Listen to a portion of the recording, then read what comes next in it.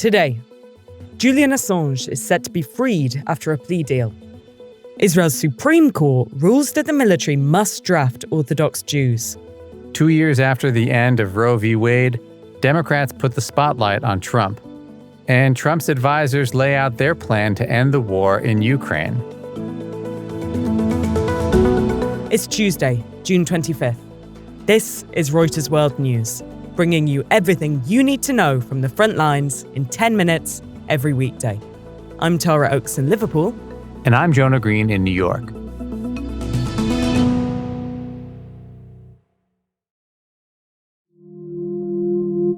His 14-year legal odyssey has finally come to an end.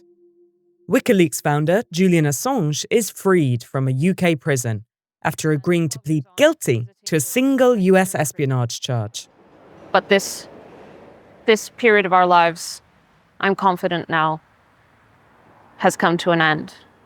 And I think that by this time next week, Julian will be free. His wife, Stella Assange, in a video statement welcoming the news. His first stop?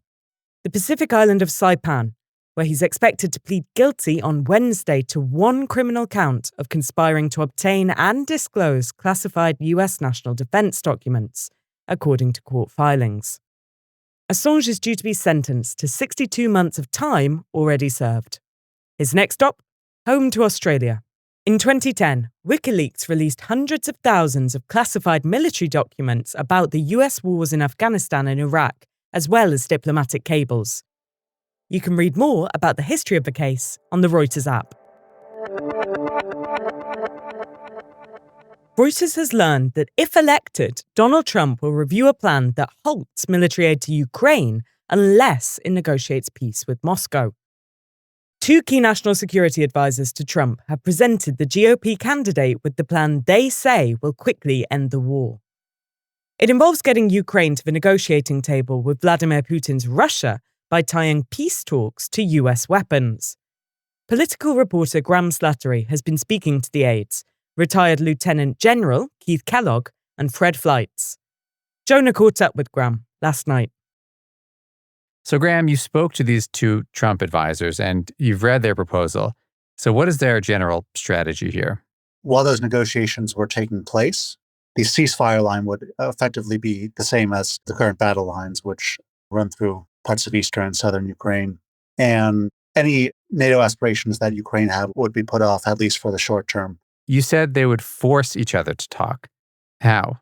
Essentially, go to leaders in Kyiv and say, look, any additional aid, it is conditioned upon you agreeing to sit down and talk to the Kremlin. And if you don't do that, you're not going to get any more help. Lieutenant General Kellogg, what he said is that in order to pressure Moscow, what Washington should do is they should say quite the opposite. You would say to Putin, look, if you don't agree to sit down with Ukraine, then we'll provide Ukraine with whatever it is that they want. Do we know if Trump is on board with this? Because he's not known for threatening Vladimir Putin.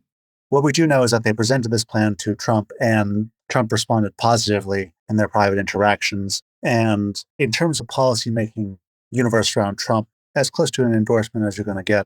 This isn't the plan that Biden or European allies would go for, right? Because it would freeze current battle lines. Right. The stance by most European allies and by Kyiv is that a lasting peace has to be based on Ukraine regaining control of its internationally recognized territory. And that's not a prerequisite under this peace plan. Israel's Supreme Court has ruled the government must draft ultra-Orthodox Jewish seminary students into the military. The decision is likely to cause a headache for Prime Minister Benjamin Netanyahu's fragile coalition government as it relies on two ultra-Orthodox parties. Earlier this month, anger in the Knesset as the government inched closer to making military service compulsory for ultra-Orthodox students, with families of some Gaza hostages demanding more was done to bring the captives home. Israel's armed forces are made up of mostly teenage conscripts and older civilians mobilized for reserve duty. Ending the ultra-Orthodox conscription waiver has become an especially charged issue, as those forces are stretched on fronts in Gaza and along the Lebanon border.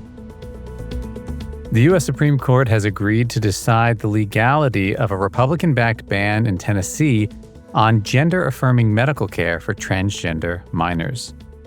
Republican-led states have passed numerous similar measures in recent years, targeting medications or surgical interventions for adolescents with gender dysphoria.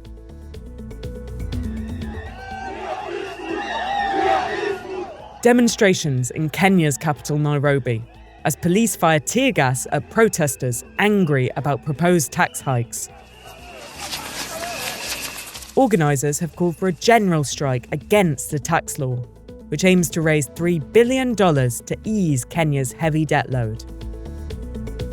China's Chang'e 6 lunar probe has landed back on Earth with a valuable haul on board, moon rocks.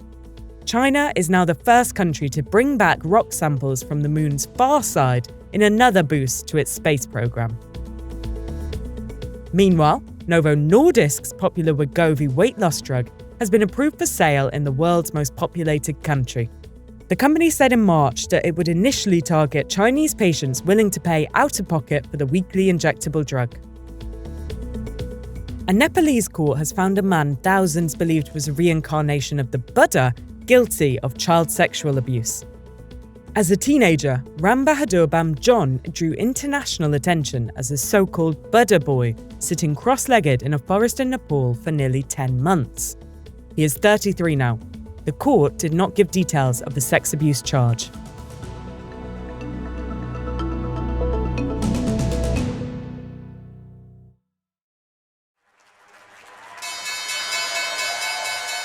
After months of nothing but talk of AI, investors appear to be rotating out of tech stocks.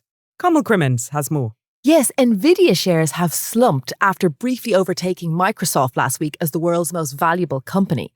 That reversal of fortune for the AI darling has investors looking elsewhere to park their money, and they're investing instead in so-called value stocks. What's a value stock? So a value stock is something that tends to be in a mature market. So these are companies that tend to be well established. They've got stable revenues, consistent profits. So like the energy sector, for example.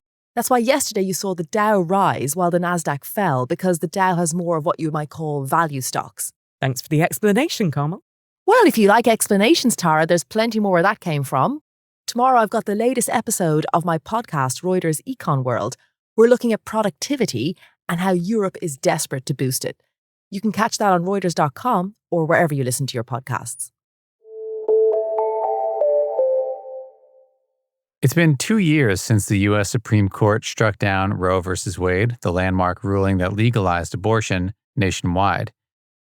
And ahead of November's election, the Biden campaign is making sure that Americans know who is responsible for that. Today, our daughters know fewer rights than their grandmothers. And we all know who was to blame. Donald Trump. Vice President Kamala Harris speaking at a rally Monday in Maryland. Democrats believe the issue will be pivotal to preventing a second Trump term. White House correspondent Nandita Bose was at the Harris rally. So, Nandita, on this anniversary, what's the strategy here from Democrats? They think this is going to resonate with voters. And they're hoping to mobilize voters. They're hoping to mobilize volunteers. And they're also hoping that this issue helps them raise a lot of money. I mean, the level of spending by pro-abortion rights interests, who have been raising a lot of money, is expected to boost Democratic candidates up and down the ballot, including President Biden. And there's a reason why he's making this issue a central part of his campaign message. And so 2 years on, what is the state of abortion access like in the U.S.? You know, more than 20 Republican states have imposed some kind of restriction. The decision is deeply unpopular in even many conservative states. We saw that during the midterm elections. We've seen that consistently with a lot of the ballot initiatives that we've seen. And it seems like the way Trump is speaking about abortion has changed recently. Absolutely. I mean, he has struggled to find any kind of middle ground on this. I mean, in April, he said that abortion laws should be set by individual states, is stepping away from his initial talk of a national abortion ban that the New York Times had reported. And on Saturday, he was simply celebrating the Supreme Court's rulings. I took a lot of heat, a lot of hits But we did the right thing. But he's still struggling to find that right messaging on abortion. In a way that won't alienate independents. Absolutely.